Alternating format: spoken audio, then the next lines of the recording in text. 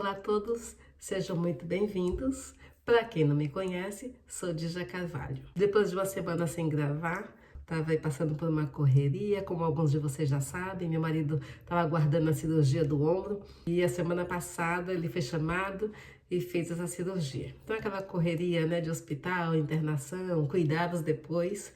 Aí eu fiquei um pouquinho sobrecarregada. Graças a Deus está tudo bem e eu já estou aqui novamente para retomar as nossas maravilhosas visitas que Jesus fez em algumas casas. Hoje nós vamos para a 10ª casa, aí fica faltando só 2 para a gente finalizar essa playlist das casas que Jesus visitou. Então, se você não assistiu ainda, você pode conferir aí nos vídeos e você vai ver que tem uma playlist com as casas que Jesus visitou.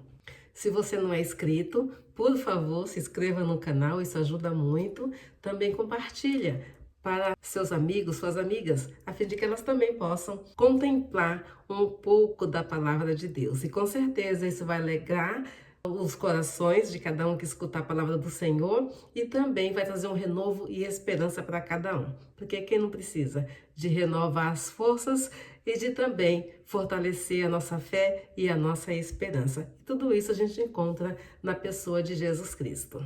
Em Mateus, capítulo 26, versículo 57, fala o seguinte: os que prenderam Jesus e levaram a Caifás, o sumo sacerdote, e em cuja casa se havia reunido os mestres da lei, os líderes religiosos.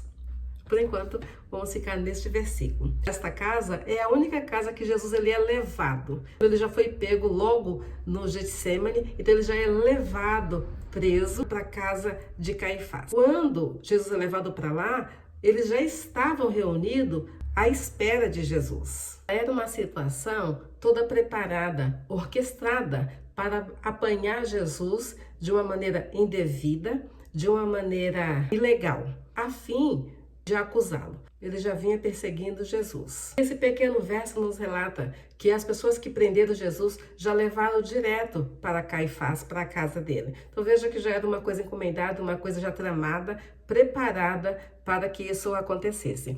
E chegando lá, já estavam todos reunidos. Israel era uma colônia do Império Romano. E Roma deixa de fora as questões religiosas das suas colônias. Os crimes religiosos deveriam ser julgados pelo Sinédrio, que podemos dizer que era o Supremo Tribunal dos Judeus. As autoridades religiosas judaicas, elas não têm como solicitar a interferência de Roma para condenar Jesus por blasfêmia. Foi preciso arrumar um jeito para que pudesse enquadrar Jesus como um criminoso político.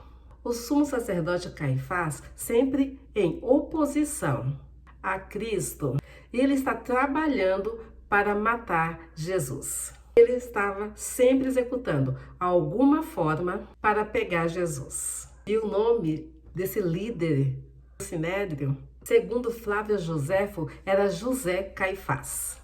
E esse cargo que ele tinha era um cargo muito importante. Sacerdote era o cargo mais poderoso em Israel naqueles dias. Ele poderia convocar o Sinédrio na hora e no momento que ele quisesse.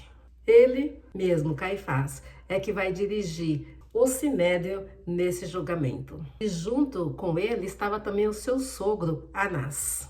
A casa de Caifás era uma casa muito rica, na verdade era um palácio luxuoso. Podemos notar que no verso 58, e Pedro o seguiu de longe até o pátio do sumo sacerdote, e entrou e sentou-se com os guardas para ver o que acontecera. Esse texto ele relata que existia também um pátio, e era nesse pátio onde eles estavam reunidos, os anciões que também eram líderes dos judeus. E também estava reunido os escribas, que copiavam a lei, que conheciam e estudavam profundamente a lei e, por que não dizer, as autoridades também em teologia, em Israel e líder também do povo. E esse cenário estava formado para o julgamento de Jesus Cristo, para o Sinédrio. O problema está nas declarações de Jesus de blasfêmia. Jesus ele declarava abertamente Eu e o Pai somos um. Antes que Abraão nascesse, eu sou. Eu sou o filho de Davi. E com essas declarações, irritava grandemente esses líderes religiosos, porque eles não aceitavam, esses líderes religiosos, porque eles não aceitavam que Jesus curasse no sábado, que Jesus perdoasse pecado, que Jesus curasse cego de nascença, que Jesus tocasse nos leprosos. Apesar das evidências e dos sinais que Jesus fez, o Sinédrio não o enxergava como o Messias prometido de Deus. E eles já tinham decidido que era necessário eliminar Jesus. Para isso, o Sinédrio arregimenta testemunhas falsas, que na verdade essas mesmas testemunhas, elas entram em convergência, porque aonde há mentira, sempre há dúvidas, tentando imputar em Jesus um crime a qual ele não havia cometido, não existia. E essa é uma prática corrente. A recusa em admitir que Jesus é de fato quem ele diz que é, dá origem a muitos argumentos e desculpas para que ele seja rejeitado. Para negar a sua verdadeira identidade, estamos a colocar muitos rótulos em Jesus. Se admitimos que ele é quem ele diz que é, as nossas vidas elas vão ter que mudar, e muito. E é mais fácil dizer que ele é um espírito de luz, um libertador político, um revolucionário, um bom homem, um filósofo e assim por diante. É melhor que mude Jesus, mesmo que seja com desonestidade, do que mudar nós mesmos. É melhor que seja Jesus entregue à morte, do que nós mesmos tenhamos que morrer para a vida que levamos. O apego às nossas conveniências nos impede de escolher Jesus. Outros querem seguir Jesus de longe, como nós vemos aqui no versículo 58. Quando Jesus foi levado, Pedro então fica de longe assistindo Jesus sendo levado, e depois o texto, esse texto aqui é um texto assim fundamental para o caminho da crucificação, e você pode ler esse texto em casa e você vai ver o desenrolar desse texto e você vai ver tudo o que Jesus passou até o momento da cruz. E Pedro é um daqueles que assistiu tudo de longe. O comentário de Joseph Benson diz: mas Pedro o seguia de longe, de várias formas, agitado por paixões conflitantes. O amor o obrigou a seguir Jesus, seu mestre, e o medo o fez segui-lo à distância. Aquela casa que Jesus estava, ele foi levado até lá. Pense comigo, a palavra do Senhor, ela tem entrado na sua casa de alguma maneira. Mas será que você tem recebido Jesus? Ou você está distante, assim como Pedro foi acompanhando de longe? É possível que muitas pessoas que até escutam este vídeo, e até outros também, outras mensagens bíblicas, gostam das orações, gostam da explicação, gostam da leitura da palavra, mas continua assistindo Jesus de longe. Espero que você não seja essa pessoa. E a minha oração é que você possa se aproximar de Jesus. Porque esse texto também ele vai desenrolando e vai chegar um momento que quando o Senhor Jesus vai passando, ele se depara com um olhar penetrante ao olhar de Pedro. E naquele momento é uma questão de vida ou de morte. E Pedro então, ele se arrepende amargamente, como diz o texto, da traição que ele havia feito a Jesus. E todos nós, um momento nós vamos também sermos confrontados. A que Deus você quer servir? Você quer servir a Jesus seguindo Ele, fazendo a vontade dEle e até mesmo pagando um preço para servi-lo? Ou você vai ficar assistindo de longe? E se nesse momento desse confronto você ainda tiver a oportunidade de se render a Jesus, como Pedro fez, vai haver festa no céu. Porque cada pessoa que se rende a Jesus, a Bíblia fala que há festa no céu. E Jesus aqui, ele nos mostra que ele em todo o tempo, enquanto ele andou aqui, ele estava disponível às pessoas. Ele curou, ele expulsou o demônio, ele salvou pessoas, Ele fez tantas outras coisas que nem na Bíblia está registrado.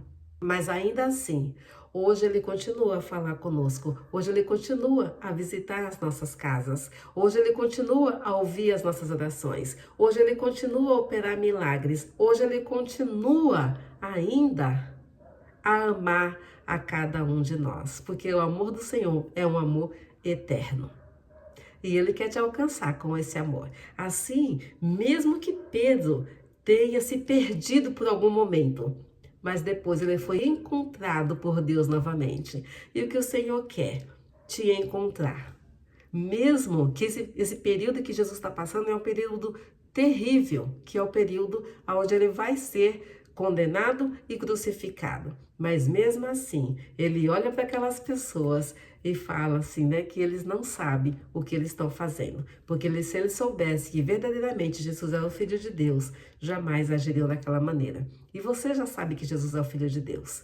Basta você se entregar, deixa-se encontrado por esse amor precioso de Jesus Cristo. E esse amor está ao alcance da sua casa. Como nós temos visto, as casas que Jesus tem passado, Ele tem operado maravilhas. E Ele quer operar maravilha na sua casa, na sua família, na sua vida. E quem sabe, não é através de você. Então, creia nesta palavra e creia que esse mesmo Jesus, Filho de Deus, que morreu na cruz, para que eu e você pudéssemos ter uma vida eterna com Deus.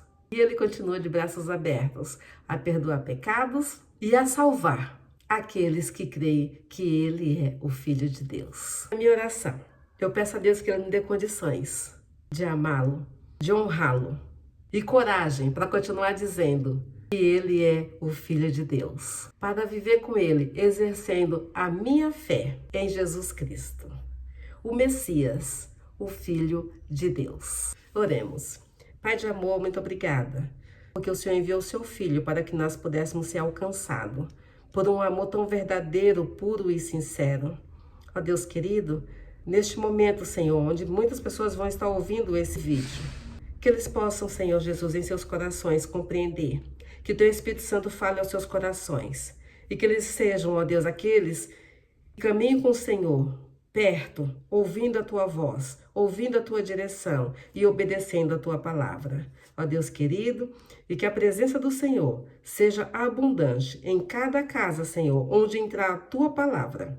Sejam, Senhor Jesus, nessas casas, verdadeiros adoradores, onde o Teu nome possa ser honrado e adorado. Obrigada, Senhor, por essa oportunidade de falar contigo e de transmitir a Tua palavra. Em nome de Cristo Jesus. Amém.